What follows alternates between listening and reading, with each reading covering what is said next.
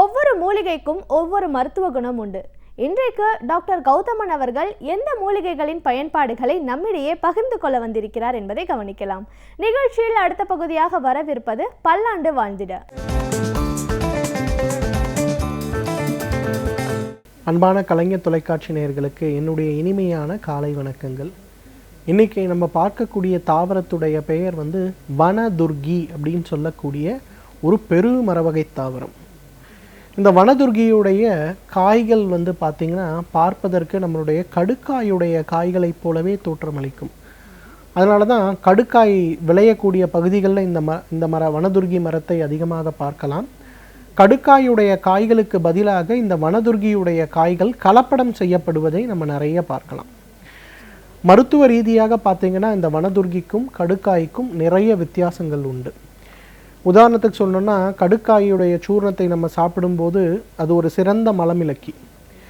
ஆனால் வனதுர்கியுடைய உள்ளே இருக்கக்கூடிய அந்த பருப்பு மலத்தை கட்டக்கூடிய ஒரு பொருள் அப்படின்னு சொல்லுவோம். பொதுவாக வனதுர்கி அதிகமாக பயன்படுத்துவது அப்படின்னு பார்த்திங்கன்னா ஆண்களுடைய இனப்பெருக்க மண்டலம் சம்பந்தப்பட்ட உறுப்புகளை பலப்படுத்துவதற்காக தான்.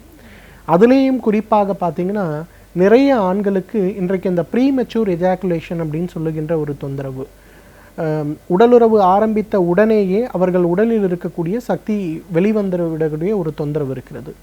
இந்த தொந்தரவு ஏற்படும் போது பார்த்திங்கன்னா பெரும்பாலான நேரங்களில் பார்த்திங்கன்னா அது நிறைய மனதளவு பயத்தையும் மனதளவு சம்பந்தப்பட்ட நோய்களையும் கூட ஏற்படுத்தி விடுகிறது. ஆனால் இந்த ப்ரீமெச்சூர் எஜாக்குலேஷன் சொல்லுகின்ற இந்த ஒரு பிரச்சனைக்கு இந்த வனதுர்கியிலிருந்து எடுக்கக்கூடிய அந்த ஒரு சூரணம் ஒரு மிகச்சிறந்த மருந்து. வனதுர்கிக்கு கடுக்காயை போலவே ஒரு மேல் தோல் உண்டு, அதற்கு உள்ளே ஒரு கொட்டை உண்டு. அந்த கொட்டையை உடைத்து உள்ளே இருக்கக்கூடிய பருப்பு இருக்கு இல்லையா, அந்த பருப்பு தான் இந்த ப்ரீமெச்சூர் எஜாக்குலேஷனுக்கு இதுவரையிலும் கண்டுபிடிக்கப்பட்ட மருந்துகளே மிகச்சிறந்த மருந்து அப்படின்னு சொல்லலாம். இந்த சுத்தி செய்யப்பட்ட அந்த பருப்பை எடுத்து ஒரு 10 கிராம் அளவுக்கு காலை ஒரு வேளை உணவுக்கு முன்பு, இரவு ஒரு வேளை உணவுக்கு முன்பு பாலில் கலந்து சாப்பிடும்போது எவ்வளவு நாள்பட்ட ப்ரீமெச்சூர் எஜாக்குலேஷனாக இருந்தாலும் அது மறைந்து போகும் அப்படிங்கிற குறிப்புகள் நிறைய இருக்குது. உதாரணத்துக்கு பார்த்திங்கன்னா காமசாஸ்திரம் சம்பந்தப்பட்ட ஒரு புத்தகத்தில் பார்த்திங்கன்னா எப்படி அந்த காலத்தில் அரசர்கள் ஒரு இரவு முழுவதும் நிறைய பெண்களோடு கூடி மகிழ்ந்தார்கள் அப்படிங்கிற குறிப்புகள் வருது. அந்த குறிப்புகள் வரும்போது பார்த்திங்கன்னா அந்த அரசருக்கு அன்றைக்கு இரவு உணவாக என்ன கொடுத்துருக்காங்கன்னா இந்த வனதுர்கியிலிருந்து எடுக்கக்கூடிய அந்த விதை பருப்பிலிருந்து எடுக்கக்கூடிய ஒரு எக்ஸ்ட்ராக்ட், அதாவது அதை கொதிக்க வைத்து பாலில் வைத்து சுண்ட வைத்து அதை ஒரு பால்கோவா மாதிரி செய்து அதை அந்த அரசர்களுக்கு இரவு நேரங்களில் கொடுப்பாங்களாம். அதன் பிறகு பார்த்திங்கன்னா அந்த அரசர்கள் ஒரு இரவில் 2 அல்லது 10 பெண்கள் வரை அவங்க சந்தோஷமாக இருக்க முடிந்தது அப்படிங்கிறத பற்றி நிறைய குறிப்புகளை நம்ம பார்க்குறோம். தஞ்சையில் இருக்கக்கூடிய சரஸ்வதி மஹால் லைப்ரரியில் பார்த்திங்கன்னா அந்த சரஸ்வதி மஹால் லைப்ரரியில் நிறைய மருத்துவ புத்தகங்கள் இருக்குது, சித்த மருத்துவம் சம்பந்தப்பட்ட புத்தகங்கள். அந்த மாதிரி ஒரு புத்தகத்தில் பார்த்திங்கன்னா காமசாஸ்திரம் சம்பந்தப்பட்ட அதற்கு தேவையான உணவு சம்பந்தப்பட்ட சரபோக பாகசாஸ்திரம் அப்படிங்கிற ஒரு புத்தகத்தில் தான் இந்த மாதிரி நிறைய குறிப்புகள் இருக்குது. அந்த குறிப்புகளில் மிக முக்கியமான இந்த ஒரு குறிப்பு வனதுர்கி சம்பந்தப்பட்டது. இன்றைக்கு பார்த்திங்கன்னா நிறைய வைத்தியர்கள் என்ன பண்ணுறாங்கன்னா இந்த வனதுர்கியிலிருந்து எடுக்கக்கூடிய சூரணத்தை ஒரு லேகியமாக செய்து அந்த லேகியத்தை காலை ஒரு முறை இரவு ஒரு முறை உணவுக்கு முன்பு சாப்பிடுங்க அப்படின்னு கொடுக்குறாங்க. அந்த மாதிரி சாப்பிடும்போது ஒரு மாத காலத்திலேயே அந்த ப்ரீமெச்சூர் எஜாக்குலேஷன் மறைந்து போகிறத பார்க்கலாம். நிறைய ஆண்களுக்கு பார்த்திங்கன்னா அந்த ஆண்குறி கூட ரொம்ப சிறுத்து போயிருக்கு அப்படின்னு சொல்லி கவலை இருக்குது. குறிப்பாக நீரிழிவு நோய் ரொம்ப நாள் இருக்கவங்களுக்கு 8 வருடம் 10 வருடம் இருப்பவர்களுக்கெல்லாம் பார்த்திங்கன்னா பெரும்பாலான நேரங்களில் இந்த ஆண்குறி சிறுத்து போகிறது தான் ஒரு பெரிய பிரச்சனை. அந்த மாதிரி இருப்பவர்களுக்கு கூட இந்த வனதுர்கியிலிருந்து எடுக்கக்கூடிய சூரணத்தை உள்ளுக்கும் அதே வனதுர்கியிலிருந்து பதப்படுத்தி எடுக்கக்கூடிய அந்த ஒரு எண்ணெயை வெளிப்புறமாகவும் தடவி ஒரு அரை மணி நேரம் ஊற வைத்து குளிக்க செய்கின்ற அந்த ஒரு சிகிச்சை செய்தாலே ஒரு 3 மாத காலத்திலேயே ஆண்குறியுடைய அளவு அதிகரிக்கிறதையும் திறன் அதிகரிக்கிறதையும் நம்ம பார்க்க முடியும். அதே போல் இன்னொரு முக்கியமான பிரச்சனை, இன்றைக்கு நிறைய பேருக்கு பார்த்திங்கன்னா உயிரணுக்களுடைய எண்ணிக்கை மிக குறைவாக இருக்கிறது, அல்லது திறனுள்ள உயிரணுக்களுடைய எண்ணிக்கை மிக குறைவாக இருக்கிறது அப்படிங்கிறத நம்ம பார்க்குறோம். திறனுள்ள உயிரணுக்களுடைய எண்ணிக்கை குறையும் போது அது கருத்தரிப்பதற்கு உபயோகம் இல்லாமல் போகிறது. அப்போ அந்த திறனுள்ள உயிரணுக்களுடைய எண்ணிக்கையை அதிகப்படுத்துவதற்கு வனதுர்கிக்கு சக்தி உண்டு. வனதுர்கியிலிருந்து எடுக்கக்கூடிய அந்த காயுடைய மேல் தோல், 1 லிட்டர் தண்ணிக்கு 30 கிராம் அளவுக்கு இந்த மேல் தோலை இட்டு நன்றாக கொதிக்க வைத்து அதை அரை லிட்டராக குறைக்க வேண்டும். அதன் பிறகு அதை வடிகட்டி எடுக்கக்கூடிய அந்த ஒரு கஷாயத்தை காலை ஒரு முறை, மதியம் ஒரு முறை, இரவு ஒரு முறை, உணவுக்கு முன்பு அப்படிங்கிற மாதிரி சிறிதளவு பால் சேர்த்து ஒரு காப்பி குடிப்பது போல் அதை குடிக்க வேண்டும். இதை ஒரு 3 மாத காலம் தொடர்ந்து உபயோகப்படுத்தும் போது எவ்வளவு நாள்பட்ட உயிரணுக்கள் சம்பந்தப்பட்ட பிரச்சனையாக இருந்தாலும், உயிரணுக்களுடைய திறனுள்ள உயிரணுக்களுடைய குறைபாடு சம்பந்தப்பட்ட பிரச்சனையாக இருந்தாலும் மிக வேகமாக அவை குறைவதை நாம் பார்க்க முடியும். இன்றைக்கு நிறைய பேருக்கு பார்த்திங்கன்னா அதே மாதிரி வெரிகோசல் அப்படின்னு சொல்லக்கூடிய ஒரு பிரச்சனை, அதாவது விதைப்பையிற்கு மேலே இருக்கக்கூடிய இரத்த குழாய்களில் அடைப்பு ஏற்படுகின்ற ஒரு பிரச்சனை. அந்த அடைப்பு ஏற்படும் போது பார்த்திங்கன்னா இரத்த குழாய்கள் சரியாக செயல்படாததினால் சில நேரங்களில் அதுவே உயிரணுக்களுடைய எண்ணிக்கையை மிக மோசமாக வைத்திருப்பதை நம்ம பார்க்கலாம். அந்த மாதிரி வெரிகோசல் சில நேரங்களில் அறுவை சிகிச்சை செய்யும்போது அதோடைய ஒரு பாசிபிள் சைடு எஃபெக்ட் என்னன்னு பார்த்திங்கன்னா அவர்களுக்கு உயிரணுக்கள் முழுமையாக இல்லாமல் போவதற்கான வாய்ப்புகள் உண்டு. அந்த மாதிரி இருப்பவர்கள் கூட இந்த வனதுர்கியிலிருந்து எடுக்கக்கூடிய சூரணத்தை பாலில் கலந்து காலை ஒரு முறை உணவுக்கு முன்பு, இரவு ஒரு முறை உணவுக்கு முன்புன்னு சாப்பிடும்போது ஒரு 3 to 4 மாத காலத்திலேயே அவர்களுடைய உயிரணுக்களுடைய எண்ணிக்கை மீண்டும் உருவாவதை கூட நாம் பார்க்க முடியும். அந்த அளவுக்கு பார்த்திங்கன்னா ஆண் இனப்பெருக்க மண்டலம் சம்பந்தப்பட்ட பிரச்சனைகள், திறனுள்ள உயிரணுக்கள் இல்லாமல் இருப்பது, ப்ரீமெச்சூர் எஜாக்குலேஷன் சொல்லுகின்ற சீக்கிரம் விந்து வெளிவருகின்ற ஒரு பிரச்சனை, உயிரணுக்கள் திறனில்லாமல் இருப்பது, இந்த மாதிரி எல்லா பிரச்சனைகளுக்கும் இந்த வனதுர்கியிலிருந்து எடுக்கக்கூடிய அந்த பருப்பு ஒரு நல்ல மருந்து. இன்றைக்கு இன்னொரு வகையான பிரச்சனையை பார்க்குறோம். நீண்ட காலம் நீரிழிவு நோயாளியாக இருக்கும்போது அவர்களுக்கு பார்த்திங்கன்னா எரெக்டைல் டிஸ்ஃபங்க்ஷன் அப்படின்னு சொல்லக்கூடிய பிரச்சனை, முழுமையாகவே அவர்களுக்கு எழுச்சி இல்லாமல் இருக்கக்கூடிய ஒரு பிரச்சனை. அந்த பிரச்சனை ஏற்படும் போது பார்த்திங்கன்னா இன்றைக்கு எல்லாருமே இந்த வியாக்ரா சம்மந்தப்பட்ட மாத்திரைகளை சாப்பிட்றாங்க. அதை சாப்பிடும்போது அதோட பக்க விளைவு இதய பலவீனம், தலைவலி, கோல்டு, இந்த மாதிரி நிறைய பிரச்சனைகள் அவர்களுக்கு ஏற்படுகிறது. இதெல்லாம் இல்லாமல் வனதுர்கியிலிருந்து எடுக்கக்கூடிய மரப்பட்டையுடைய கஷாயம் பார்த்திங்கன்னா இந்த எரெக்டைல் டிஸ்ஃபங்க்ஷனை நீக்கிறதுல ஒரு மிகச்சிறந்த மருந்துன்னு சொல்லலாம். 100 மில்லி பால், 200 மில்லி தண்ணீர், இந்த வனதுர்கியிலிருந்து எடுக்கக்கூடிய மரப்பட்டை ஒரு 20 கிராம் அளவுக்கு போட்டு கொதிக்க வைத்து அதை ஒரு 75 மில்லி ஆகிற வரை சுண்ட வைத்து வடிகட்டி அந்த பாலை ஒரு 6 மாத காலம் தொடர்ந்து சாப்பிட்டு வந்தாலே இந்த எரெக்டைல் டிஸ்ஃபங்க்ஷன் சொல்லுகின்ற, குறிப்பாக நீரிழிவு நோயாளிகளுக்கு ஏற்படுகின்ற இந்த எரெக்டைல் டிஸ்ஃபங்க்ஷன் மறைந்து போகிறத பார்க்கலாம். எனவே நேயர்களே, இந்த வனதுர்கியை பொறுத்தவரையிலும் ஆண் இனப்பெருக்க மண்டலம் சம்பந்தப்பட்ட உறுப்புகளை குணப்படுத்துவதற்கு இயற்கை கொடுத்திருக்கின்ற ஒரு மிகச்சிறந்த அருமருந்து. தற்போது நம்முடைய சமூகத்தில் நல்ல நிகழ்வுகள் எந்த அளவுக்கு இருக்கிறதோ அதே போன்று தீய நிகழ்வுகளும் நடந்து கொண்டிருக்கின்றன. இவற்றை நாம் எப்படி எதிர்கொள்ள வேண்டும் என்பதை பற்றி நம்மிடையே பகிர்ந்து கொள்ள வந்திருக்கிறார் மனுஷபுத்திரன் அவர்கள். நிகழ்ச்சியில் அடுத்த பகுதியாக வரவிருப்பது தீதும் நன்றும்.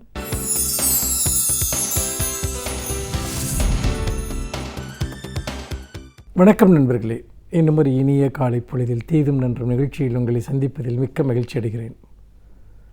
நாம் இந்த நிகழ்ச்சியில் கடந்த சில நாட்களாக தொடர்ந்து திராவிட முன்னேற்றக் கழகம் தமிழ்நாட்டினுடைய வளர்ச்சிக்காகவும் மலர்ச்சிக்காகவும் என்னென்ன திட்டங்களை எந்தெந்த சமூக பிரிவினருக்கு வழங்கி வருகிறது என்பதை பற்றி தொடர்ந்து பேசி வருகிறோம். உண்மையில் திராவிட முன்னேற்றக் கழகத்தின் தேர்தல் அறிக்கையை பற்றி சொல்லுகிற அனைவருமே இது ஒரு இன்க்ளூசிவ் மேனிஃபெஸ்டோ என்று சொல்வதை நாம் பார்க்கிறோம். அதாவது அனைத்து தரப்பினருக்குமான வளர்ச்சியை உள்ளடக்கிய ஒரு கொள்கை பிரகடனமாக இது இன்றைக்கு பல்வேறு தரப்பினரால் பார்க்கப்படுகிறது, பாராட்டப்படுகிறது. அந்த அடிப்படையில் தான் நாம் எந்தெந்த தரப்பினருடைய பிரச்சனைகளை பற்றி இந்த தேர்தல் அறிக்கை பேசுகிறது, அதற்கு என்னென்ன தீர்வுகளை முன்வைக்கிறது என்பதை இங்கே மக்கள் முன்னால் தொடர்ந்து இந்த நிகழ்ச்சியின் மூலமாக எடுத்துரைத்து வருகிறோம். அந்த அடிப்படையில் தான் இன்றைக்கு இந்த தேர்தல் அறிக்கை, திராவிட முன்னேற்றக் கழகத்தினுடைய இந்த தேர்தல் பிரகடனம் தூய்மை பணியாளர்கள் தொடர்பாக என்ன சொல்கிறது என்கிற ஒரு விஷயத்தை நாம் பேசலாம். நண்பர்களே, உங்களுக்கு நன்றாக தெரியும், கடந்த டிசம்பர் மாதம் சென்னை நகரம் பெரு வெள்ளத்தில் மூழ்கடிக்கப்பட்டு நகரமே ஒரு மிகப்பெரிய சாக்கடையாக மாற்றப்பட்டு கழிவுநீர்கள் எல்லாம் வீடுகளுக்குள் புகுந்து தொழிற்சாலைகளுக்குள் புகுந்து ஒட்டுமொத்த நகரமே ஒரு சாக்கடையாக மாறிய பொழுது இந்த நகரத்தை சுத்தப்படுத்துவதற்கான பணியை மேற்கொண்டவர்கள் தூய்மை பணியாளர்கள். நாம் எல்லாம் ஒரு ஆரோக்கிய வாழ்க்கையை வாழ்வதாக நம்பிக்கொண்டிருக்கிறோமே, அந்த ஆரோக்கிய வாழ்க்கைக்கு அடித்தளமாக இருப்பவர்கள் இந்த தூய்மை பணியாளர்கள். சென்னை நகரத்தை அந்த வெள்ளத்தினுடைய அந்த பேரழிவிலிருந்து காப்பதற்காக மீட்பதற்காக சாக்கடைகளை கழிவுநீரை சுத்தப்படுத்துவதாகட்டும் அல்லது கழிவுநீர் வடிகால் வசதிகளை மேம்படுத்துவதாகட்டும், இதற்காக தூய்மை பணியாளர்கள் ஆற்றிய பணியை யாராலும் மறக்க முடியாது. அது ஒரு மிகப்பெரிய அர்ப்பணிப்புள்ள ஒரு பணி. ஆனால் எந்த விதமான பாதுகாப்பும் ஏற்பாடும் இல்லாமல், குறைந்தபட்ச உரிமைகளோ சலுகைகளோ கூட இல்லாமல் அன்றைக்கு அவர்கள் அந்த பணியை செய்ததைக் கண்டு நாம் அனைவருமே மனம் உருகினோம். இந்த அரசு அவர்களுக்கு தேவையான அடிப்படை வசதிகளை கூட செய்து கொடுக்க மறுத்துவிட்டது. தமிழ்நாடு முழுக்க பல்வேறு இடங்களிலிருந்து கொண்டு வரப்பட்ட அந்த தூய்மை பணியாளர்கள் மிகப்பெரிய துயரத்துடன் மிகப்பெரிய அவலத்துடன் அவர்கள் அந்த தூய்மைப்படுத்துகிற பணியை செய்து இந்த நகரத்தை பழையபடி மீட்டு நம்மிடம் கொடுத்தார்கள். ஆனால் பதிலுக்கு நாம் அவர்களுக்கு என்ன கொடுத்தோம்? பதிலுக்கு நாம் அவர்களை எப்படி கவனித்து கொண்டோம்? எதுவுமே இல்லை என்பதுதான் உண்மை. அன்றைக்கு இந்த தூய்மைப்படுத்துகிற பணியில் மோசமான அந்த சூழ்நிலையில் ஒரு தூய்மை பணியாளர் இறந்து கூட போனார். பத்திரிகைகளில் அதெல்லாம் ஒரு செய்திகளாக வந்தன. கையால் மலம் அள்ளுகிற தொழிலை சட்டபூர்வமாக தடை செய்த பிறகும் கூட இன்றைக்கும் கூட இந்த கழிவுநீர் சாக்கடைகளுக்குள் இறங்கி பணி செய்கிறவர்கள் இறக்கிற செய்திகள் தொடர்ந்து வந்த வண்ணம் இருக்கின்றன. அந்த சட்டங்கள் அமுல்படுத்தப்படவே இல்லை. அதோடு மட்டுமல்ல, இந்த கழிவுகளை அகற்றுவதற்கான நவீன அறிவியல் பூர்வமான திட்டங்களும் இதுவரை எதுவுமே மேற்கொள்ளப்படவில்லை. மாறாக இந்த தூய்மை பணிகளை செய்யக்கூடியவர்கள் மிகவும் மனிதாபிமானமற்ற ஒரு சூழலில், மிகவும் கருணையற்ற ஒரு சூழலில் பணிபுரிந்து கொண்டிருக்கிறார்கள் என்பதுதான் உண்மை. ஆனால் நாம் மனசாட்சியற்றவர்களாக அந்த பணிகளை நாம் பெற்றுக்கொண்டு பதிலுக்கு இந்த சமூகம் அவர்களுக்கு எதையுமே திருப்பிக் கொடுக்க முடியாத ஒரு அவலநிலையைத்தான் நாம் பார்த்து கொண்டிருக்கிறோம். இந்த சூழ்நிலையில் தான் திராவிட முன்னேற்றக் கழகம் தூய்மை பணியாளர்களுக்காக முன்வைக்கக்கூடிய இந்த அரிய திட்டங்களை நாம் சற்றே இங்கு பார்க்கலாம். முதலாவதாக, இந்த கையால் மலம் அள்ளுவதை தடை செய்யக்கூடிய மற்றும் தூய்மை பணியாளர்களுக்கான மறுவாழ்வு சட்டம் 2013 படி எல்லா மாவட்ட அளவிலும் கண்காணிப்பு குழுக்களை அமைத்து கையால் மலம் அள்ளுகிற அந்த பணியை தடுத்தல். அதோடு மட்டுமல்ல, அவர்களுடைய பணி எண்ணிக்கை கணக்கில் எடுக்கப்பட்டு அவர்களுக்கு மாற்றுப் பணிகளை வழங்குதல். இது இந்த தேர்தல் அறிக்கையில் மிக முக்கியமான ஒரு விஷயமாக முன்வைக்கப்படுகிறது. இதன் மூலமாக கையால் மலமள்ளுகிற அந்த தொழிலை அந்த சட்டபூர்வமாக ஒழிக்கிற ஒரு மிகப்பெரிய முதன்மையான ஒரு கடமையை திராவிட முன்னேற்றக் கழகம் இந்த தேர்தல் அறிக்கையில் ஏற்றுக்கொண்டிருக்கிறது. அதே போல் அடுத்தது முக்கியமான ஒரு விஷயம், இந்த நகர்ப்புறங்களில் இருக்கக்கூடிய அந்த திறந்தவெளி சாக்கடைகளை அகற்றுவதற்காக அல்லது பாதாள சாக்கடைகளை அகற்றி பாதாள சாக்கடை திட்டத்தை கொண்டு வருவதற்கு திராவிட முன்னேற்றக் கழகம் சங்கல்பம் மேற்கொண்டிருக்கிறது. அதோடு மட்டுமல்ல, திடக்கழிவு மேலாண்மையை முன்னுரிமை தரப்பட்டு அடுத்த 5 ஆண்டுகளில் அது நிறைவேற்றப்படும் என்கிற ஒரு முழக்கத்தையும் திராவிட முன்னேற்றக் கழகம் முன்வைக்கிறது. இதன் மூலமாக தலைமுறையாக இன்றைக்கு இந்த தொழில் ஈடுபட்டு வந்திருக்கக்கூடியவர்களுக்கு ஒரு மிகப்பெரிய ஒரு விடியல் பிறப்பதற்கான சூழல் ஏற்பட்டிருக்கிறது. இதில் முக்கியமான ஒரு விஷயம், இந்த திடக்கழிவு மேலாண்மைக்கு நவீன தொழில்நுட்பங்களை பயன்படுத்துவது, அதன் பாதுகாப்பு ஏற்பாடுகளை இதில் ஈடுபட்டிருக்கக்கூடிய தொழிலாளர்களுக்கு அதிகரிப்பது, இது மிக முக்கியமான ஒரு விஷயமாக பார்க்கப்படுகிறது.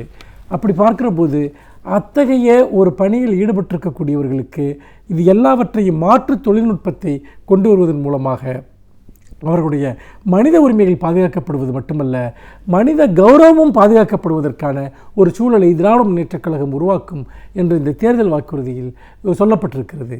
இன்னொன்று, இந்த தூய்மைப்படுத்துகிற பணியில் இறங்கி பணியாற்றுகிற போது உயிரிழப்பவர்கள் மிக கொடூரமான சாவுகள். அவை எத்தனை பேர் நம் கண் முன்னால் இறந்து போனார்கள் என்பதை நாம் பார்த்தோம். அப்படி உயிரிழக்கக்கூடியவர்களுடைய குடும்பங்களுக்கான இழப்பீட்டுத் தொகையாக 3 லட்சம் ரூபாய் வழங்கப்படும். திராவிட முன்னேற்றக் கழக ஆட்சி அமைகிற போது அந்த இழப்பீட்டிற்கு 3 லட்சம் ரூபாய் வழங்கப்படும் என்கிற ஒரு விஷயத்தையும் இங்கே இந்த திராவிட முன்னேற்றக் கழகத்தின் தேர்தல் அறிக்கை நமக்கு சொல்கிறது.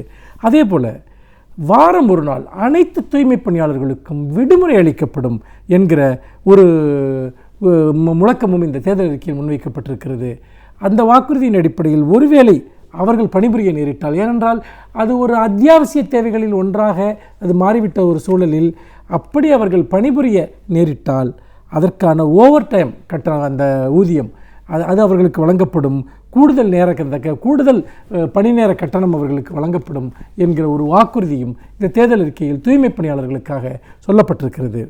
அதே போல் தூய்மை பணியாளர்கள் அவர்கள் பணியில் இருக்கிற போது அவர்கள் உயிரிழக்க நேரிட்டால் அவருடைய வாரிசுகளுக்கு கல்வித் தகுதியின் அடிப்படையில் வேலை வாய்ப்புகள் வழங்கப்படும் என்கிற ஒரு முக்கியமான ஒரு விஷயத்தை இந்த தேர்தல் அறிக்கை சொல்கிறது. அதன் மூலமாக இன்றைக்கு இது போன்ற பணிகளில் உயிரிழக்க நேரக்கூடியவர்களுடைய குடும்பங்கள் நடுத்தரவில் நிற்க வேண்டிய அவசியமில்லை, அவர்கள் மிகப்பெரிய துயரத்தை அடைவதற்கான அவசியமில்லை என்கிற நிலையை உருவாக்கி இந்த குடும்பத்தினருக்கு அவருடைய வாரிசுகளுக்கு அரசு வேலை தரப்படும் என்கிற ஒரு விஷயமும் இங்கே உத்தரவாதப்படுத்தப்பட்டிருக்கிறது. அதே போல் தூய்மை பணியாளர்கள் அவர்கள் பணியில் இருக்கிற போது அவர்கள் வாழ்நாளெல்லாம் அவர்கள் அந்த பணியை செய்து கொண்டிருக்க வேண்டும் என்று எந்த அவசியமும் கிடையாது. மாறாக அவர்கள் பணியில் இருக்கிற போதே படித்து அவர்கள் 10ஆம் வகுப்பு தேர்ச்சி பெற்றால் அதே துறையில் காலியாக உள்ள பதவிகளுக்கு அவர்களுக்கு பதவி உயர்வு வழங்கப்படும். அதாவது அந்த துறையில் இருக்கக்கூடிய அவர்களுக்கு அடுத்தடுத்த பதவி உயர்வுகள் வழங்கப்படும் என்கிற ஒரு விஷயம் சொல்வதன் மூலமாக அவர்களுடைய நிலையை மேம்படுத்துவதற்கான ஒரு திட்டத்தையும் திராவிட முன்னேற்றக் கழகத்தினுடைய இந்த தேர்தல் அறிக்கை முன்வைக்கிறது. அதே போல் அவர்களுக்கு ஊராட்சிகள், அரசு பள்ளிகள், அரசு மருத்துவமனைகள், அரசு மாணவர் விடுதிகள், நகராட்சி, மாநகராட்சி, பேரூராட்சிகள் ஆகியவற்றில் பணியாற்றும் இந்த தூய்மை பணியாளர்களுக்கு அவர்களுக்கு பணி ஊதியம் மற்றும் ஓய்வூதியங்கள் போன்றவை பரிசீலிக்கப்பட்டு ஆவணம் செய்யப்படும் என்கிற ஒரு வாக்குறுதியையும் திராவிட முன்னேற்றக் கழகம் இந்த தேர்தல் அறிக்கையில் முன்வைக்கிறது. ஆக தூய்மை பணியாளர்களை நாம் பாதுகாத்தால் தான் இந்த நகரம் தூய்மையாக இருக்கும், நம்முடைய ஊர்கள் பாதுகாப்பாக இருக்கும், தூய்மையாக இருக்கும். அதன் மூலமாக நம்முடைய மனசாட்சியும் கூட அதன் வழியாக தூய்மையாக இருக்கும் என்று சொல்லி அதற்கு திராவிட முன்னேற்றக் கழக அரசு வழி செய்யும் என்ற நம்பிக்கையோடு மீண்டும் இன்னும் ஒரு புதிய செய்தியோடு உங்களை சந்திக்கிறேன். நன்றி, வணக்கம். ஒவ்வொரு நாளும் இப்பகுதியில் வரும் சிறப்பு விருந்தினர்கள் பல அனுபவங்களை நம்மோடு பகிர்ந்து கொண்டிருக்கிறார்கள். அந்த வகையில் இன்றைக்கு நாம் சந்திக்கவிருக்கும் விருந்தினர் என்ன பயனுள்ள தகவல்களை நம்மிடையே பகிர்ந்து கொள்ள வந்திருக்கிறார் என்பதை கவனிக்கலாம். நிகழ்ச்சியில் அடுத்த பகுதியாக வரவிருப்பது சிறப்பு விருந்தினர்.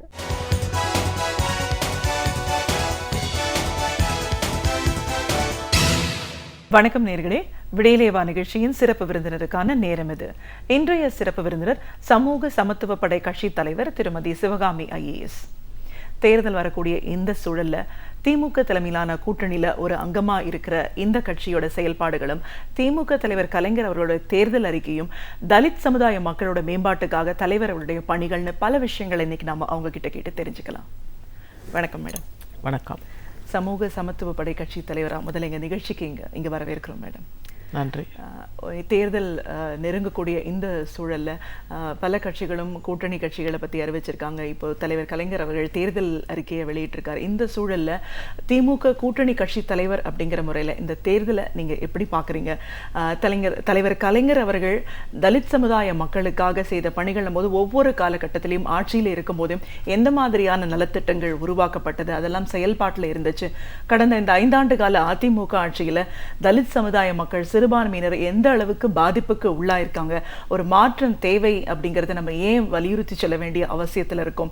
அந்த மாற்றம் என்ன மாதிரியான ஒரு நல்ல விஷயங்களை இந்த சமுதாயத்துக்கு ஏற்படுத்தி கொடுக்க போகுது? இப்படி நிறைய விஷயங்களை எங்க நேர்களோட இன்னைக்கு நீங்க முழுமையா பகிர்ந்துக்கணும் மேடம். முதல்ல இப்போ திமுக தலைமையிலான கூட்டணியில நீங்க ஒரு அங்கமா இருக்கீங்க. இந்த தலைமையில நம்ம செயல்படணும், இந்த தலைமையின் கீழே நம்ம இந்த தேர்தலை சந்திக்கணும் அப்படின்றதுக்கான ஒரு எண்ணம் எப்படி ஏற்பட்டுச்சு? பொதுவா திமுக தலைமையோட செயல்பாடுகளை உங்களோட பார்வையில சொல்லுங்க. முதலாக திமுகவுடன் சமூக சமத்துவ படை கட்சி கூட்டணி அமைத்து இந்த தேர்தலை சந்திக்கவிருப்பது உண்மையிலேயே என்னை பொறுத்தவரையில் ஒரு அரிய வாய்ப்பு என்று நான் கருதுகிறேன். ஏனெனில் தமிழ் சமூகத்தில் இதுவரை ஒரு பெண் ஒரு கட்சியை ஆரம்பித்து அதற்காக பாடுபட்டு ஒரு பெரிய கட்சியினுடைய அங்கீகாரத்தை பெறுவது என்பது நடந்தது இல்லை. ஆகையினால் இது ஒரு முதல் மற்றும் அரிய வாய்ப்பு என்று நான் கருதுகிறேன். இரண்டாவது, இந்த சமூகத்திலே பகுத்தறிவு சிந்தனை மற்றும் சமத்துவம் சகோதரத்துவம் என்ற எண்ணங்களை கொண்டு ஆரம்பித்த ஒரு சீர்திருத்த கட்சியில் காலப்போக்கில் நடைமுறையில் ஏராளம் நடந்துவிட்டது என்றாலும் இன்னும் அந்த கொள்கையின் அடிப்படையில் செயல்பட்டு கொண்டிருக்கின்ற ஒரு கட்சியில் இணைந்து தேர்தலை சந்திப்பது என்பது எனக்கு எந்தவித நெருடலும் அல்லது பிரச்சனையும் இல்லை என்பதை முழு மனதாக அதை ஆதரித்து ஏற்றுக்கொள்கின்ற நிலையில் நான் இருக்கின்றேன். இரண்டாவது, இன்னமும் சமூகத்தில் இத்தகைய கூட்டணியுடன் மாற்றங்களை ஏற்படுத்த முடியும் என்ற நம்பிக்கை அவர்களுக்கும் இருக்கிறது, எனக்கும் இருக்கிறது. ஆகையினால் இந்த நம்பிக்கை தான் மிகப்பெரிய அஸ்திவாரம் என்று நான் அடிப்படை என்று நான் கருதுகிறேன். திமுக என்பது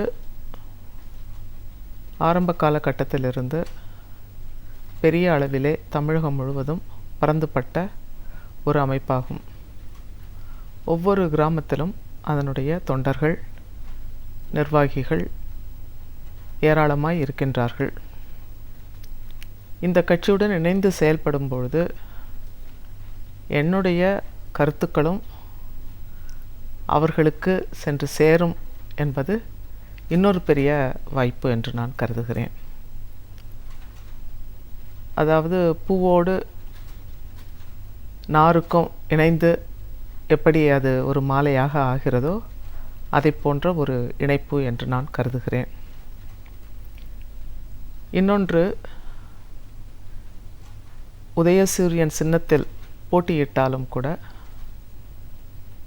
அம்பேத்கரின் கருத்துக்களை முழுமையாக ஏற்றுக்கொண்டு அந்த அடிப்படையில் செயல்படுவதற்கு இதிலே போதிய இடம் இருக்கிறது, போதிய சுதந்திரம் இருக்கிறது என்று கருதும்போது இன்னும் மகிழ்ச்சியாக இருக்கிறது. இதற்கு காரணம் என்னவென்றால் 2006 தேர்தலை நான் ஒப்பிட்டு பார்க்கின்றேன். தமிழகத்திலே முதல் முறையாக 1961 நில சீர்திருத்த சட்டத்திற்கு பிறகு ஏழைகளுக்கு நிலம் வழங்குவோம் என்ற உரையாடலை துவக்கி வைத்தது திமுக. அதை குறித்து கலைஞர் அவர்களே மிகவும் பெருமிதப்பட்டு கண்கலங்கிய சம்பவத்தை கூட நான் நினைவு கூர்கின்றேன். ஏன் நிலம் மக்களுக்கு முக்கியமானது, அதிலும் குறிப்பாக நிலத்தை சார்ந்து வாழ்பவர்களுக்கு அது ஒரு வாழ்வாதாரமாக விளங்கும் என்பதை கருத்தில் கொண்டுதான் நிலமில்லாத விவசாய கூலிகளுக்கு, ஏழைகளாக இருப்பவருக்கு நிலத்தை பகிர்ந்தளிப்போம் என்ற திட்டத்தை கொண்டு வந்தார். 70% மக்கள் விவசாயத்தில் இருக்கும் பொழுது அந்த விவசாயத்திலே நிலமில்லாத விவசாய கூலிகள் அதிகமாக இருக்கும் பொழுது இப்படி ஒரு அறிவிப்பு வந்த பொழுது அதிலே முழுமையாக பயன்பெறக்கூடிய வாய்ப்பில் இருந்தவர்கள் தாழ்த்தப்பட்டவர்கள், பழங்குடிகள் மற்றும் நிலமில்லாத பல்வேறு பிற்பட்ட சமூகத்தைச் சேர்ந்த விவசாய கூலிகள் ஆவர். இந்த கவனம், இந்த கருத்து என்பது பெரிய, அதாவது புரட்சி நடந்த, எங்கெல்லாம் புரட்சி நடந்தது என்று நாம் சொல்கின்றோமோ அதனுடைய சாராம்சம் என்னவென்றால் நிலத்தை பகிர்ந்தளிப்பது தான் எந்த புரட்சிகர அரசாங்கமும் முதலில் மேற்கொண்ட விஷயமாகும். அது ரஷ்யாவாகட்டும் அல்லது கியூபாவாகட்டும் அல்லது வேறு எந்த இடத்தில் நடந்திருந்தாலும் சைனாவாகட்டும், முதல் கட்டமாக அவர்கள் மேற்கொண்ட புரட்சி இதுதான். எனினும் அது பூரணமாக நிறைவேற்றப்படவில்லை என்பதிலே எனக்கு வருத்தமும் உண்டு என்பதை நான் இந்த இடத்தில் பதிவு செய்ய விரும்புகின்றேன். இன்னொன்று, அந்த நிலம் பற்றி மட்டுமின்றி தாழ்த்தப்பட்டோருக்கு ஏற்கனவே பிரிட்டிஷ் அரசாங்கத்தாரால் கொடுக்கப்பட்ட நிலம் சந்தர்ப்பவசம், சூழ்நிலை மற்றும் பல்வேறு குறைபாடுகளினால் எப்பொழுதும் கைமாறாது இருக்க வேண்டி ஒரு விதிகள் ஏற்படுத்தப்பட்டும் பிறருக்கு கைமாறி இருந்ததை கண்டுபிடித்து அவர்களை மீட்க ஒரு ஆணையத்தை அறிவித்ததும் 2006-2011 இடைப்பட்ட காலத்தில்தான். இது கலைஞர் அவர்கள் நிலத்தை பற்றி எவ்வளவு ஆழமாக கருத்தை கொண்டிருந்தார். அது ஏழைகளுக்கு போய் சேர வேண்டும், அதிலும் குறிப்பாக தாழ்த்தப்பட்ட மக்கள் நிலத்தை வாழ்வாதாரமாக கொள்ள அந்த நிலத்தை மீட்டெடுத்து அவர்களுக்கே திருப்பி அளிக்க வேண்டும் என்ற கருத்தை கொண்டிருந்தது என்னை மிகவும் ஈர்த்தது. இதை குறித்து நான் புதிய கொடாங்கி போன்ற பல்வேறு இதழ்களிலும் எங்கெல்லாம் அதை பதிய வைக்க முடியுமோ தொலைக்காட்சி சேனல்களில், விவாதங்களில் இதை நான் ஏற்கனவே பதிவு செய்திருக்கிறேன். ஸோ அந்த அடிப்படையில் இன்னும் கூட இந்த தேர்தல் அறிக்கையை பார்க்கும்போது கூட நான் எப்படி அவருடைய தேர்தல் அறிக்கை திமுக கட்சியினுடைய ஒரு ஆழ்ந்த ஈடுபாட்டை தெரிவிக்கிறது என்பதை நான் பார்க்கும் பொழுது 70% இருக்கின்ற கிராம மக்கள் விவசாயிகள். இந்த அடிப்படையில் அவர்களுக்கு மிக மிக முக்கியத்துவமான ஒரு இடத்தை இந்த தேர்தல் அறிக்கை கொடுத்திருக்கிறது. பயிர்க்கடன்கள் தள்ளுபடி, இதெல்லாம் நான் சொல்கிறது சில சலுகைகள். ஆனால் விவசாயத்தை ஊக்கப்படுத்தி அதன் மூலம் இந்த தமிழகம் பல்லாயிரக்கணக்கான மக்களுக்கு வேலைவாய்ப்பு மற்றும் அதனுடைய வளம் பெருக வேண்டும் என்ற அடிப்படையில் நீர் மேலாண்மை, நில மேலாண்மை மற்றும் பல்வேறு வகைகளில் விவசாயிகளுக்கு ஊக்கம் தந்து உற்பத்தியை பெருக்கி வளத்தை ஈட்ட வேண்டும் என்கின்ற அடிப்படையில் திட்டமிட்டிருப்பது புரிகிறது. இது 70% மக்களுக்கு. தேர்தல் அறிக்கையை நம்ம பேச ஆரம்பிச்சதுனால கேட்குறேன். இப்போது வெளியிடப்பட்டிருக்கிற இந்த தேர்தல் அறிக்கை பலதரப்பட்ட மக்களும் இந்த மாதிரியான ஒரு சிறப்பம்சங்கள் வேறு எங்கேயும் இருக்கிறதுக்கான வாய்ப்புகள் இல்லைன்னு சொல்கிற அளவுக்கு முக்கியத்துவம் வாய்ந்த ஒரு தேர்தல் அறிக்கையாக இப்போ அது இடம் பிடிச்சிருக்கு. இந்த தேர்தல் வரக்கூடிய இந்த சூழலில் தேர்தல் அறிக்கையில் இடம்பெற்றிருக்கிற சிறப்பம்சங்கள் பற்றி முழுமையாக உங்களோட பார்வையை சொல்லுங்கள். அதான் ஏற்கனவே சொன்னது போல் மக்கள் சதவிகிதத்தில் மிக முக்கியமான செக்டர் எது? ஏன்னா நம்முடைய பொருளாதாரத்தினுடைய அடிநாதமாக இருப்பது விவசாயம்.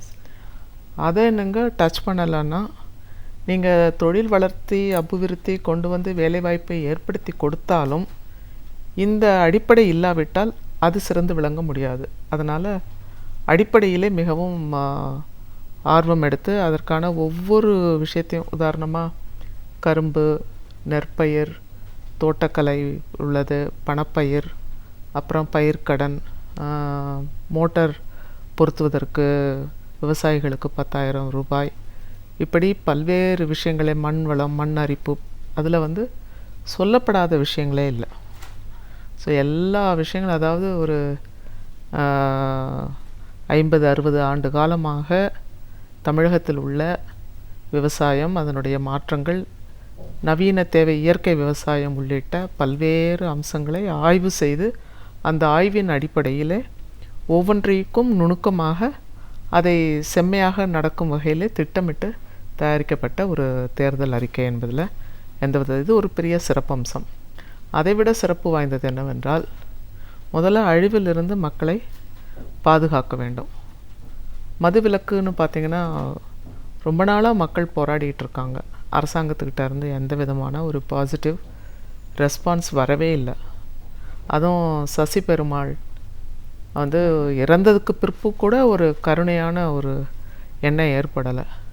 மாற்றுக் கட்சியில் படிப்படியாக அப்படின்னு ஒரு திட்டம் வச்சுருந்தாங்க. அதெல்லாம் தவிடு பொடியாக்கி படிப்படியானா அது என்ன படி, எவ்வளவு படி, 1% 2% மக்கள் யோசிக்க விட்டு அப்புறம் அதை திட்டமிட்டதுக்கு பதிலாக ஒரு சட்டம் இயற்றி இதை முழுமையாக கொண்டு வந்தது ஒரு மாபெரும். ஏன்னா எவ்வளவு குடிக்க ஆதரவான முதலாளிமார்கள் இருந்தோம், தயாரிப்பாளர்கள் இருந்தோம், நிறைய பேர் அதுக்கு அடிக்ட் ஆகி இது இல்லைன்னா என்ன ஆகுமோங்கிற ஒரு இது இருந்தும் தைரியமாக, அதாவது வெற்றியோ தோல்வியோ ஆனால் அந்த மக்கள் நல்லா இருக்கணும் அப்படிங்கிற ஒரு அடிப்படையில் இந்த மதுவிலக்கு கொண்டு வந்திருப்பது பெண்கள் மத்தியில் மிக மிக வரவேற்கப்பட ஒரு விஷயம். நிறைய பார்த்திங்கன்னா எனக்கு தெரிஞ்சு ரத்னமங்கலம்னு ஒரு கிராமம் இருக்குது. அந்த கிராமத்தில் 40 விதவைக்கு மேலே இருந்தாங்க. ஸ்பூரியஸ் லிக்கர் மட்டும் இந்த மாதிரி மதுவுக்கு அடிமையாகி விரைவிலே இறந்ததுனால இளம் விதவைகள் 40 பேர் இருந்தாங்க. அவங்களுடைய கண்ணீர், அவங்களுடைய குழந்தைகள் குடும்பத்தை நடத்த முடியாத திண்டாடினதை பார்த்தேன். எனக்கு தெரிஞ்சு அப்படி ஒரு கிராமம், இது மாதிரி எண்ணற்ற கிராமங்கள் தமிழகத்தில் ஏற்படுவதை வருங்காலத்தில் தடுக்கும் விதமாகவும் இளைஞர்கள் வந்துட்டு ஒரு நல்ல ஒரு அவங்களுடைய கேரியர், எஜுகேஷன் மற்றும் உறவு இதையெல்லாம் சரியாக அமைக்கிறதுக்கும் உதவியாக இப்படி ஒரு மதுவிலக்கை கொண்டு வந்தது வந்து உண்மையிலே ஒரு வரவேற்கக்கூடிய ஒரு விஷயம். இது ஒரு special, very very special feature of the election manifesto அப்படிங்கிறது என்னுடைய கருத்து. அப்புறம் நீங்கள் பார்த்தீங்கன்னா இன்னொரு ஸ்பெஷல் என்னென்னா, எந்தவித சமூகமும் இதில் விடுபடலை. நரிக்குறவர்களா, பிற்பட்ட சமூகத்தில் மிகவும் பின்தங்கி இருக்கின்ற மீனவர்கள், அவர்களுக்கு வந்து பல்வேறு கோரிக்கைகள். அவங்களுக்கு 5000 ரூபாயா அந்த மீன்பிடி இந்த தடை சமயத்தில் நிவாரணம் வழங்குறது. இன்னும் அவங்களுக்கு ஏராளமான கோரிக்கைகள் இருக்கலாம், நான் மறுக்கலை. ஆனால் படிப்படியாக அதை நிறைவேற்றுவதற்கான ஒரு முன்னறிவிப்பாக இது இருக்குது. கடல் நீரை குடிநீராக்கும் திட்டம், இப்படி பல்வேறு ஒவ்வொரு விஷயத்துலேயும். அப்புறம் பார்த்திங்கன்னா குழந்தைங்களுக்கு சத்துணவில் பால் கொடுக்கறது, அதுவும் கூட்டுறவு சங்கங்கள் மூலம். இப்போ வந்துட்டு விற்பனைன்னு வரும்பொழுது தனியாரை ஊக்குவிக்கிறதுக்கு பதிலாக ஏற்கனவே இந்த கூட்டுறவில் தமிழக அரசாங்கமும் சரி மக்களும் சரி நிறையா இன்வெஸ்ட்மெண்ட் பண்ணியிருக்காங்க. இந்த இன்வெஸ்ட்மெண்ட்டை கரெக்டாக டிசமினேட் எல்லாருக்கும் அதை போய் சேர்கிற மாதிரி, அதை ஒரு என்கரேஜ் பண்ணி அதை வளர்க்குற மாதிரியான ஒரு திட்டமாகவும் இருக்குது. அதே மாதிரி விவசாய பொருள்களை கூட்டுறவு முறையில் எக்ஸ்சேஞ்சு ப்ரோக்ராமில் காம்ப்ரிஹென்சிவாக அதை பண்ணும் பொழுது சந்தையை தேடி அலைய வேண்டியதில்லை, இடைத்தரகர்களுக்காக செலவு பண்ண வேண்டியதில்லை, டிரான்ஸ்போர்ட்டேஷன்ஸும் அதோட டைப் ஆகிடும். ஸோ இந்த மாதிரி ரொம்ப அதை நுணுக்கமாக அதை சிந்தித்து செஞ்சுருக்காங்க. அப்புறம் ஆதி திராவிடர்களுக்குன்னு பார்க்கும்பொழுது கல்வி உதவித்தொகை, இன்னொன்றும் ஒரு 5 வருஷ காலமாக தடைப்பட்டு போயிருந்த பஞ்சமி நில மீட்பு ஆணையத்தை புதுப்பித்து சிறப்பு கூறு திட்டம். இப்போ ஆதி திராவிடர்களுக்கான நிதிங்கிறது வந்து வெளியிலேருந்து கொடுக்குறவங்க அவங்களுக்கு யாரும் கிடையாது. எது கிடைச்சாலும் அவங்களுக்கு அந்த வரிப்பணத்தின் மூலம் கிடைக்கின்ற ஒரு நிதியை தான் அவங்களுடைய ஆதாரமாக இருக்குது. அந்த நிதி வந்து சரியாக செலவிடப்படவில்லை என்பதை கண்டறிந்து முதல் முறையாக 2006 பட்ஜெட்டில் தான் அவங்க சொன்னாங்க, இது வந்து நாங்கள் செம்மையாக செலவு பண்ணுவோம்னு சொல்லி அதற்கான ஒரு உச்சரிப்பு அதில் ஏற்பட்டது. முதல்ல வந்து வார்த்தை ரொம்ப ரொம்ப முக்கியம். இப்போ ஃபேமிலி பிளானிங்னு நீங்கள் சொன்னீங்கன்னா எங்கே பார்த்தாலும் முக்கோணம் வரைஞ்சி அதை எழுதி முதல்ல மக்கள் மனசில் அதை பதிய வச்சு அப்புறம் ஏற்றுக்கிற ஒரு பக்குவத்தை கொண்டு வருவாங்க. ஆனால் சிறப்புக்கூறு திட்டத்தை பற்றி ஒரு விளம்பரம் கூட இல்லாத, மக்களுக்கு அது என்னன்னே தெரியாத இருந்த சூழலில் அதை சட்டமன்றத்தில் அதை பேசி அதற்கான திட்டங்கள் வகுத்து அதை செயல்படுத்துவதற்கான நடவடிக்கை எடுத்தது 2006 2011. இடையில் வந்து அதில் நிறையா தொய்வு இருக்குது. ஏன்னா மக்களுக்கு என்ன தேவையோ அந்த தேவையை கணக்கில் வச்சு தான் அந்த நிதி செலவு பண்ணணும். ஆனால் இலவசங்களுக்கு மிக்சி, கிரைண்டர் போன்றவங்கள அது மேலே திணிக்கிறது வந்து ஒரு ஜனநாயக நாட்டுக்கு பொருத்தமில்லாத ஒரு விஷயமாகும். இப்போ எனக்கு தேவை வந்து ஒரு வேலை வாய்ப்பு அப்படிங்கும்போது நீங்கள் வந்துட்டு என்ன வேலை வாய்ப்புலாம் கொடுக்க முடியாது, வேணும்னா வந்து உணவகத்தில் வந்து சாப்பிட்டு போகணுன்னு சொன்னால் எப்படி இருக்குமோ அது மாதிரி ஒரு டிஸ்ரெஸ்பெக்ட்ஃபுல்லாக இல்லாமல் ஒரு சுயமரியாதையோட அந்த நிதி வந்து தேவைகளை அறிந்து இன்னும் அதை திட்டமிட்டால் இன்னும் மக்கள் அதை வந்து வாழ்த்துவாங்க. இப்போதைக்கு ஒரு தேர்தல் அறிக்கையில் எல்லாமே விளக்கமாக சொல்லிட முடியாது. ஆனால் நான் அந்த அர்த்தத்தை எப்படி பார்க்குறேன்னா, அந்தந்த டிஸ்ட்ரிக்டில் இருக்கிற ஆதி திராவிடர்களுடைய தேவைகள் என்னவாக இருக்குதுன்னு தெரிஞ்சு அதுக்கு தேவையான நிதியை மாவட்ட ஆட்சித்தலைவர்கள் மட்டுமே சிந்தித்து அவங்க மூலையிலிருந்து வந்தது இல்லாமல் மக்கள் பிரதிநிதிகளை வச்சு அது என்ன செய்யலாம் அப்படிங்கிற மாதிரி அவங்களையும் ஆலோசனை பண்ணி அந்த அளவுக்கு அந்த நிதியை செலவு பண்ணினாங்கன்னா இந்த தேர்தல் அறிக்கை ஃபுல்ஃபில் ஆனதாக இருக்குங்கிறது என்னுடைய கருத்து. கண்டிப்பாக மேடம். இப்போது தாழ்த்தப்பட்ட, பிற்படுத்தப்பட்ட பழங்குடியினர் இவங்களோட வாழ்க்கை மேம்பாடு அடையணுங்கிறதுக்காக நிறைய பேர் போராடி இருந்தாலும் டாக்டர் அம்பேத்கர் அவருடைய பணியை வந்து நம்ம அளவிட்டு சொல்ல முடியாத அளவுக்கான விஷயங்களை அவர் செஞ்சுருக்கார். இப்போது இந்த ஒரு சமுதாய மக்களோட மேம்பாடுன்னு வரும்போது இன்னைக்கு குறிப்பிட்ட இந்த நாளில் டாக்டர் அம்பேத்கர் அவர்களை நினைவு கூறுற மாதிரியான விஷயங்களை பற்றி பேசுகிறேன். டாக்டர் அம்பேத்கர் வந்து அவர் சொல்ல ஆரம்பித்தா அதுக்கு வார்த்தைகள் போதாது. உணர்வு ரீதியாக இன்றைக்கு லிவிங் லீடர், அதாவது தாழ்த்தப்பட்ட மக்களை பொறுத்த வரைக்கும் ஒரு லிவிங் காட் அப்படின்னு சொன்னால் டாக்டர் அம்பேத்கர் அவர்கள். நீங்கள் கேள்விப்பட்டிருப்பீங்க, அமெரிக்காவில் சிவில் ரைட்ஸ் மூமெண்ட்ஸை தொடங்கி வச்சது நிறைய கருப்பு போராளிகள் இருந்தாலும் கூட அவர்கள் கூட ஜான் எஃப் கென்னடி ஆட்சிக்கு பிரசிடெண்ட்டாக இருந்தப்போ அதை கொண்டு வந்து தீவிர பிரச்சாரம் செய்தார். அதை எதிர்த்து ஒரு வெள்ளையரால் ஒரு நிறவெறி காரணமாக அவர் சுட்டு கொல்லப்பட்டார். அதை விட அவங்க தம்பி அவருக்கு அப்புறம் அவர் வந்துடுவாரோங்கிற பயத்தில் அவரும் அண்ணனை போலவே இந்த சிவில் ரைட்ஸ்க்காக பாடுபடுவார்னு நினச்சி அவரையும் கொல்ல ட்ரை பண்ணாங்க. அப்படி அந்த போராட்டம் வந்து வெறும் கருப்பர்களால் மட்டும் இல்லாமல் கருப்பர்கள் பிரதானமாக இருந்தாலும் அவர்களுடன் ஆதரவு கொடுத்து மற்றவர்களும் போராடியதுனால இன்றைக்கு நிறவெறிக்கு எதிரான ஒரு பெரிய விழிப்புணர்வும் இன்னும் தொடர்ந்து அது செயல்பாட்டில் பண்ணிகிட்டே தான் இருக்காங்க. இருந்தாலும் ஒரு மிக்ஸ்சர் எல்லா இடத்துலையும் வந்து தனியாக பிரித்து ஒரு டிவி நிகழ்ச்சினா அதுலேயும் கருப்பர்கள் வெள்ளையர்கள் கலந்துருக்கிற மாதிரியான ஒரு பங்கேற்பை எல்லா இடத்துலையும் கொண்டு வராங்க. அதை கான்ஷியஸாக கொண்டு வராங்க. அம்பேத்கர் விரும்பினதும் அதுதான், இந்த சமூகம் வந்து தனித்து விடப்படக்கூடாது, அது மற்ற சமூகத்தோட கலந்து உறவாடி இருக்கணுங்கிறத வெளிப்படுத்தினார்.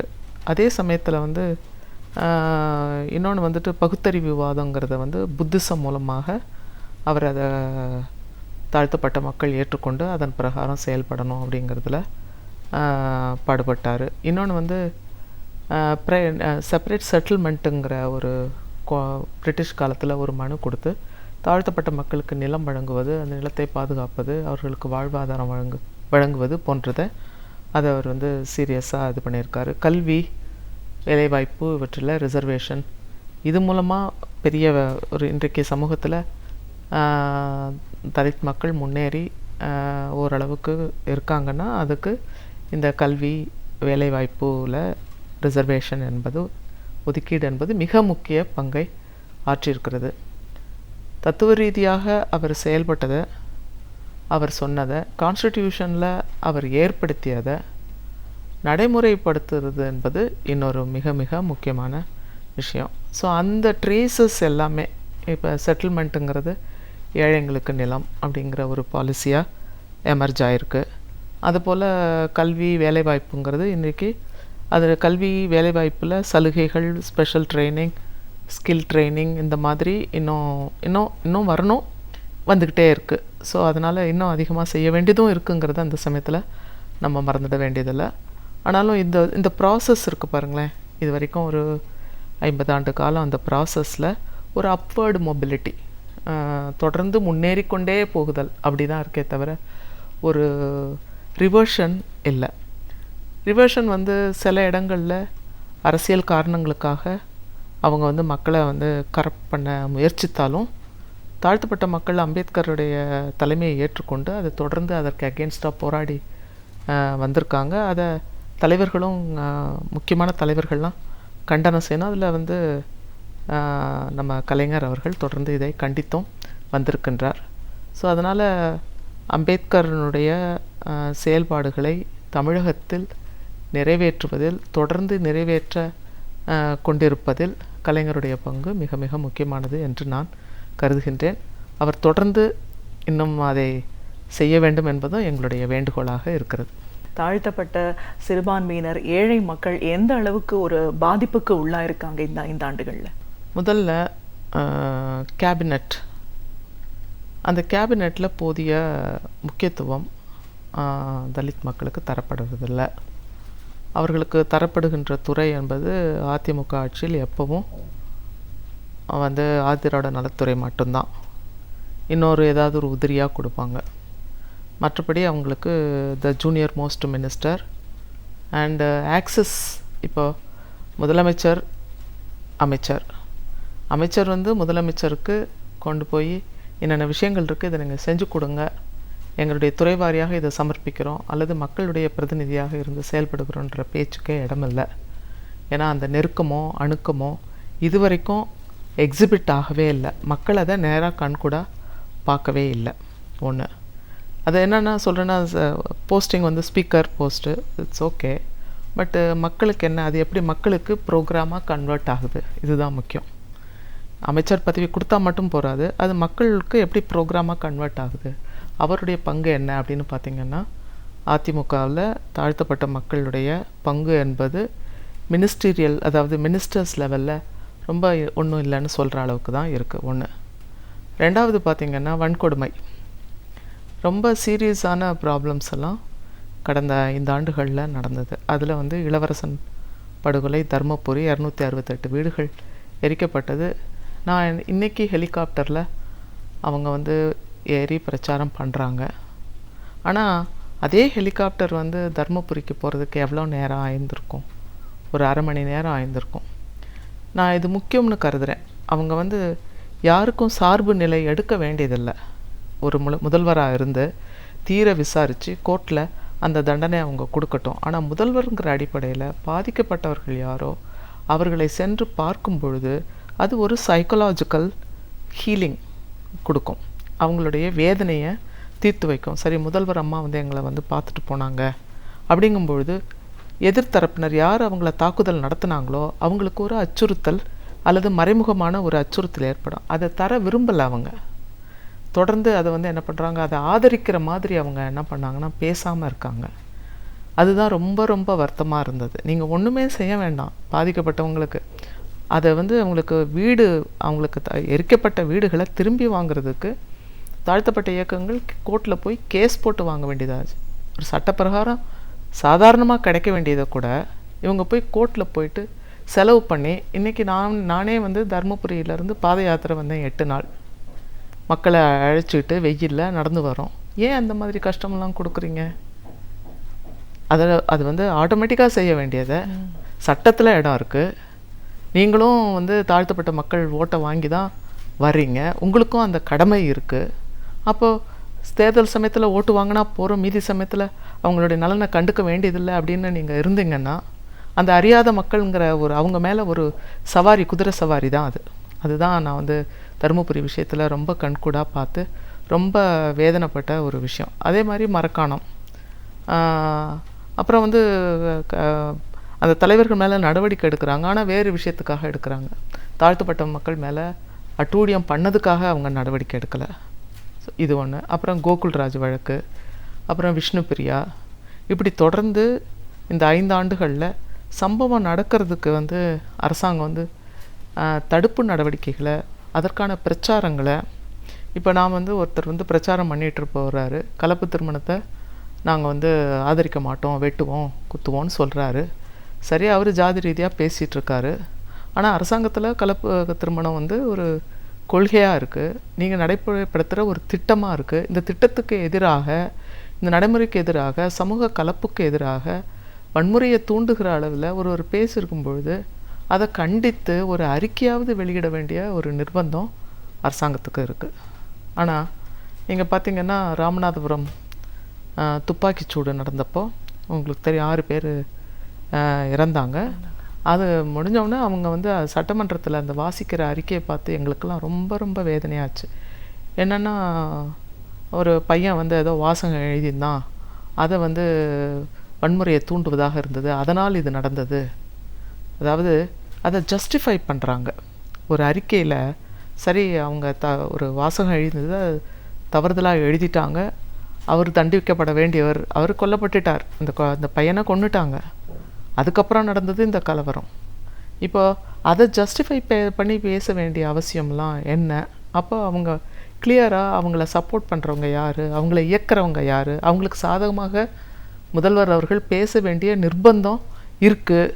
ஸோ இந்த நிர்பந்தத்தில் இருக்கிற மினிஸ்டராக, சீஃப் மினிஸ்டரால் தாழ்த்தப்பட்ட மக்களுக்கு என்ன பெரிதாக நன்மையை செய்ய முடியும் மிக்சி கிரைண்டரை தவிர அப்படிங்கிற ஒரு வேதனை எங்களுக்கெல்லாம் ரொம்ப இருந்தது.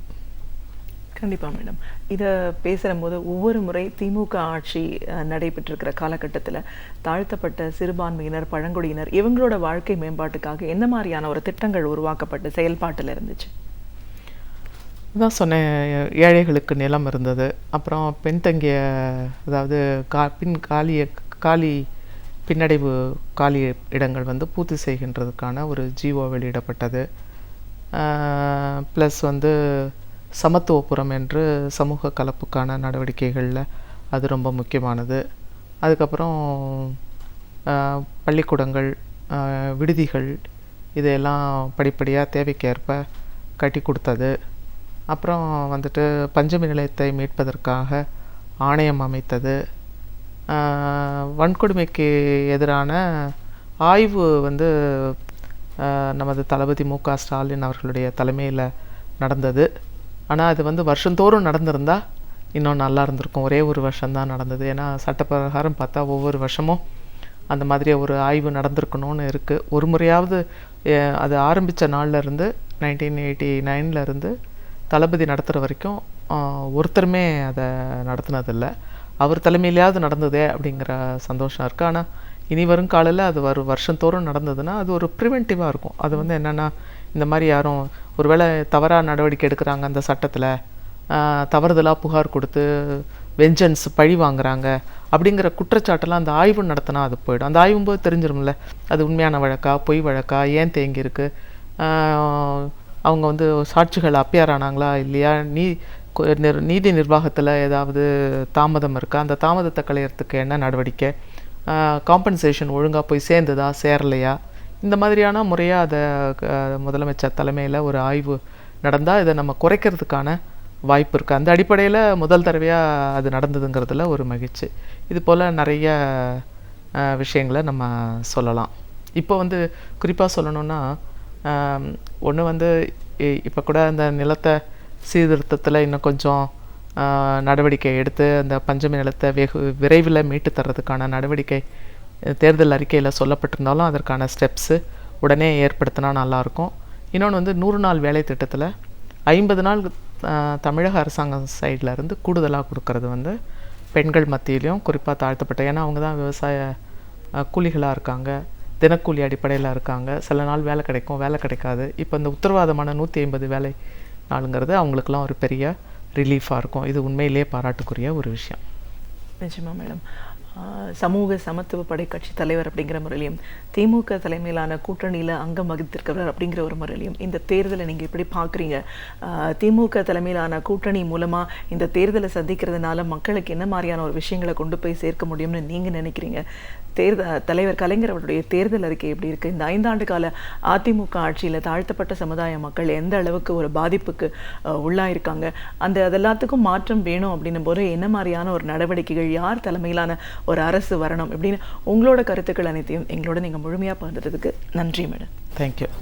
பேராசிரியர் சுபவீர பாண்டியன் அவர்கள் இன்றைக்கு நமக்கு தேவையான என்ன பயனுள்ள தகவல்களை நம்மோடு பகிர்ந்து கொள்ள இருக்கிறார் என்பதை கவனிக்கலாம். நிகழ்ச்சியில் அடுத்த பகுதியாக வரவிருப்பது ஒன்றே சொல் நன்றே சொல்.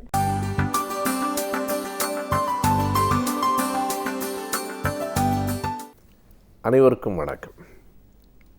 1525 ஆண்டு ஜூன் மாதம் 13ஆம் தேதி நடைபெற்ற ஒரு திருமணம் உலக வரலாற்றிலேயே ஒரு பெரிய அதிர்ச்சியை, ஒரு பெரிய திகைப்பை ஏற்படுத்திய திருமணம் என்று சொல்லலாம். ஒரு திருமணத்திற்காக உலகம் ஏன் அதிர்ச்சி கொள்ள வேண்டும் என்கிற கேள்வி இயல்பானது. அந்த திருமணம் யார் யாருக்கு நடைபெற்றது என்பதிலே தான் அந்த வியப்பு அடங்கி இருக்கிறது. கிறிஸ்துவ மதத்தின் பாதிரியாராக இருந்த ஒருவர் திருமணமே செய்து கொள்ளக்கூடாது என்கிற அந்த நிபந்தனையின் பேரில் அதனை ஏற்றுக்கொண்டு பாதிரியாக இருந்த ஒருவரும், நன்ஸ் என்று நாம் சொல்லுகிறோமே கன்னியாஸ்திரீகளாக இருந்த 12 பேரில் ஒருவரும் அன்றைக்கு திருமணம் செய்து கொண்டார்கள் என்பதனாலே தான் அது ஒரு பெரிய வியப்பை ஏற்படுத்திற்று. அது வெறுமனே நிகழ்ந்த திருமணம் இல்லை. தங்களினுடைய குடும்ப வாழ்க்கையை துறக்க முடியாமல் நடைபெற்ற திருமணம் இல்லை. இப்படி துறவாக இருக்க வேண்டியதில்லை என்கிற அந்த வெளிப்படையான கோட்பாட்டோடு இறைவனின் கருணையும் இறைவனின் மீதான நம்பிக்கையும் தான் நம்மை மீட்டெடுக்கும், ஃபெய்த் எலோன் என்பது அவருடைய கோட்பாடாக இருந்தது. அந்த திருமணம் செய்து கொண்டவர்களின் பெயர்களை சொன்னால் அந்த பெயர்கள் இன்றைக்கு உலகத்திற்கு அறிமுகமான பெயர்கள் என்பதனால் எல்லோருக்கும் தெரியும். அன்றைக்கு திருமணம் செய்து கொண்ட அந்த பாதிரியாரின் பெயர் மார்ட்டின் லூதர் என்பது. லூத்தரன் சர்ச் என்று இன்றைக்கு உலகம் முழுவதும் இருக்கிறது. அது ஒரு பிரிவாக, அதனை ஆங்கிலத்திலே the major branch of Protestant Christianity என்று சொல்லுவார்கள். புரோட்டஸ்டன்ட் என்று சொல்லுகிற அந்த கிறிஸ்துவ மதத்தினுடைய பிரிவுகளில் ஒரு மிகப்பெரிய கிளை அது. இன்றைக்கும் லூத்தரன் சர்ச் என்கிற அந்த தேவாலயங்கள் இல்லாத நாடுகள் இல்லை. அந்த லூத்தரன் பிரிவு என்கிற ஒன்றை உருவாக்கிய அந்த மார்ட்டின் லூதருக்கும் கத்ரீனா போன்வாரா என்கிற ஒரு கன்னியாஸ்திரிக்கும் தான் அன்றைக்கு திருமணம் நடைபெற்றது. 2 பேரும் ஜெர்மனை சார்ந்தவர்கள். கத்ரீனா போன்வாரா கன்னியாஸ்திரியாக இருந்து அதிலிருந்து விடுபட வேண்டும் என்று கருதினார். அவர் மட்டும் இல்லை, இன்னமும் 12 கன்னியாஸ்திரிகள். ஆனால் அவர்களுக்கு அன்றைக்கு அந்த அனுமதி இல்லை. இறுதியில் அங்கே இருந்து அவர்கள் தப்பி வந்தார்கள். எஸ்கேப் நன்ஸ் என்றுதான் வரலாற்றில் அவர்களினுடைய பெயர்கள் குறிக்கப்படுகின்றன. அங்கிருந்து தப்பி வந்தார்கள். 12 பேர் வந்தார்கள். 12 பேர்களும் அவரவர்கள் வீட்டுக்கு திரும்புகிற போது வீட்டில் இருக்கிற கதவுகள் அடைக்கப்பட்டன. உறவினர்கள், பெற்றோர்கள் யாரும் அவர்களை மறுபடியும் வீட்டுக்குள் ஏற்றுக்கொள்ள அணியமாக இல்லை. நீங்கள் மதத்தினுடைய சட்டத்தை மீறி வந்திருக்கிறீர்கள், உங்களை நாங்கள் சேர்த்து கொள்ள முடியாது என்று கைவிட்டு விட்டார்கள். அந்த 12 கன்னியாஸ்திரிகளுக்கும் அடைக்கலம் கொடுத்தவர், அவர்களுக்கு வீடுகளை பார்த்து கொடுத்தவர் மார்ட்டின் லூதர் தான். அதனால் அந்த 12 பேரும் அவரிடத்தில் ஒரு மிகுந்த மரியாதை உடையவர்களாக டாக்டர் சார் என்றுதான் அந்த 12 பேரும் மார்ட்டின் லூதரை அழைப்பார்கள். அந்த 12 பேருக்கும் வீடு பார்த்து கொடுத்தது மட்டுமில்லை, நீங்கள் மறுபடியும் திருமண வாழ்க்கைக்கு வர விரும்புகிறீர்கள், அதில் ஒன்றும் பிழை இல்லை. நம்முடைய நம்பிக்கை, இறைவன் மீது நாம் கொண்டிருக்கிற நம்பிக்கை, இறைவன் நம்மிடத்திலே காட்டுகிற கருணை, இவை 2ம் தான் நம்மை காப்பாற்றுமே தவிர மற்றவைகளெல்லாம் வெறும் சடங்குகள் என்று அவர் சொன்னார். அது ஒரு பெரிய அதிர்ச்சி அலையை உருவாக்கிற்று. எனவே அந்த 12 பேருக்கும் மணமகன்களை அவரே பார்த்து திருமணமும் முடித்து வைத்தார். 11 பேருக்கு திருமணமாகிவிட்டது. கத்ரீனா போன்வாராவுக்கு மட்டும் உரிய மணமகன் வரவில்லை, அல்லது வந்தவனை அந்த பெண் ஏற்கவில்லை. இறுதியாக அந்த பெண் சொன்னாள், நான் திருமணம் செய்து கொண்டால் உங்களைத்தான் திருமணம் செய்து கொள்வேன். இறுதியில் அவரே அந்த பெண்ணை திருமணம் செய்து கொண்டார். அந்த திருமணம் தான் 1525 ஜூன் மாதம் 13ஆம் தேதி நடந்தது. அவர்கள் கணவன் மனைவி ஆகிவிட்டதற்கு பிறகும் கூட இறுதி வரையில் டாக்டர் சார் என்றுதான் கத்ரீனா மார்ட்டின் லூதரை அழைத்தார். கணவனாக இருந்தாலும் தொடக்கத்திலிருந்து அவர் மீது கொண்ட அந்த மதிப்பு, அந்த மரியாதை சற்றும் குறையவே இல்லாமல், என்னதான் நெருக்கம் ஏற்பட்டாலும் அந்த மதிப்பு அவர்களிடத்திலே கொஞ்சம் இருவரிடத்திலும் ஒரு இடைவெளியையும் ஏற்படுத்தித்தான் வைத்திருந்தது. எப்போதும் தன்னை அவருடைய சிஷ்யையாகத்தான் அவள் நினைத்து கொண்டாள். அந்த மார்ட்டின் லூதர் உருவாக்கிய அந்த மத பிரிவு மிக பெரிதாக வளர்ந்தது. அவர்கள் குடும்பமும் வளர்ந்தது. அவர்களுக்கு 6 குழந்தைகள் பிறந்தார்கள். 2-3 குழந்தைகள் இடையிலேயே சின்ன வயதில் இறந்து போய்விட்டார்கள். ஆனால் அந்த 6 குழந்தைகள் போதாதென்று மார்ட்டின் லூதர் 4 அனாதை குழந்தைகளையும் தன்னுடைய பிள்ளைகளாக எடுத்து வளர்த்தார். எனவே 10 குழந்தைகளுக்கு பெற்றோர்களாக அவர்கள் இருந்தார்கள். உலகம் முழுவதும் அவர்களினுடைய தத்துவம் பரவிற்று. எல்லா இடங்களிலும் ஒரு புதிய எழுச்சியாக அந்த மதத்தினுடைய இன்னொரு பிரிவாக அந்த லூத்தரன் பிரிவு வளர்ந்தது. இன்றைக்கும் கூட அந்த லூத்தரன் பிரிவை பின்பற்றுகிறவர்கள் இந்தியாவிலும் தமிழ்நாட்டிலும் கூட இருக்கிறார்கள். பல இடங்களில் அந்த மாதா கோயில்களை நாம் பார்க்க முடியும். இப்படித்தான் அது தொடங்கிற்று. அரசியல் சரித்திரமாக இருந்தாலும் மதமாக இருந்தாலும் எல்லாவற்றிலும் மாற்றங்கள் வந்தே தீரும். நிரந்தரமான சட்டங்கள் என்று உலகத்தில் எதுவும் இல்லை. மாற்றம் ஒன்றே மாறாதது என்பது வெறும் சமூக அரசியலுக்கு மட்டுமில்லை, மதத்துக்கும் கூட பொருந்தும் என்பது நாம் கவனத்தில் கொள்ள வேண்டிய செய்தி. பொதுவாக மதம் என்றால் மாற்ற முடியாதது என்கிற எண்ணம்தான் நம் அத்தனை பேருடைய நெஞ்சங்களிலேயும் படிந்து கிடக்கிறது. அதனால்தான் இது வேத வாக்கா என்று கேட்கிறார்கள். வேதம் என்றால் மாற்ற முடியாதது, அப்படி ஒரு எண்ணம் இருக்கிறது. அதனால்தான் வேத வாக்கு என்றால் சொன்னது தான் என்று கருதுகிற ஒரு தன்மை நம்மிடத்திலே வந்து சேர்கிறது. அப்படி இல்லை, வேதங்களும் கூட மாறக்கூடியவை தான், எந்த மதமும் கூட மாற்றத்திற்கு உட்பட்டது தான் என்பதைத்தான் அந்த திருமணம் உலகத்திற்கு முதலாக அறிவித்தது. அதற்கு பிறகு அவர்களினுடைய வாழ்க்கையில் அந்த மதத்தை பரப்புவதும் அந்த பிரிவை நாடெங்கும் உருவாக்குவதும் அவர்களின் பணியாக இருந்தது. ஆனால் ஒரு கட்டத்தில் மார்ட்டின் லூதர் இறந்து போனதற்கு பிறகுதான் ஒரு உண்மை உலகத்திற்கு புரிந்தது. அவர் இறந்து போய் அதற்கு பின்னால் 4 ஆண்டுகள் 1552 வரையிலே கத்ரீனா உயிரோடு வாழ்ந்தார். அந்த 4 ஆண்டுகளும் அவர் வறுமையிலே வாழ்ந்தார் என்பது ஒரு குறிப்பிடத்தக்க செய்தி, ஒரு வேதனைக்குரிய செய்தி. ஏனென்றால் அத்தனை புகழ்பெற்ற உலகம் முழுவதும் பல லட்சக்கணக்கான மக்களால் பின்பற்றப்பட்ட ஒரு தலைவரின் மனைவி கடைசி வரைக்கும் வறுமையிலே தான் இருந்தார். 1552ஆம் ஆண்டு அவர் ஒரு விபத்திலே இறந்து போனார். அப்படி விபத்திலே இறக்கிற போதும் வறுமையிலே தான் வாழ்ந்து இறந்தார் என்பதை அந்த வரலாற்று செய்திகள் நமக்கு சொல்லுகின்றன. எனவே மார்ட்டின் லூதர் கத்ரீனாவினுடைய திருமணம் வெறும் 2 தனி மனிதர்களுக்கு இடையிலே நடந்த திருமணம் இல்லை. அது ஒரு மதத்தில் உருவாக்கப்பட்ட ஒரு பெரிய கலக குரல், ஒரு பெரிய மாற்றத்தை உலக வரலாற்றில் ஏற்படுத்திய நிகழ்வு. விளையாட்டுத் துறையில் முன்னேற வேண்டும் என்றால் உடல் வலுவாக இருந்தால் மட்டும் போதாது, உளவியல் சிந்தனைகளும் நம்முடைய உள்ளமும் வலுவாக இருக்க வேண்டும். ஆதலால் டாக்டர் கார்த்திகேயன் அவர்கள் விளையாட்டுத்துறை சம்பந்தப்பட்ட உளவியல் சிந்தனைகளை நம்மிடையே பகிர்ந்து கொள்ள வந்திருக்கிறார். அவற்றை கவனிக்கலாம். நிகழ்ச்சியில் நிறைவு பகுதியாக வரவிருப்பது கற்றலும் கற்பித்தலும்.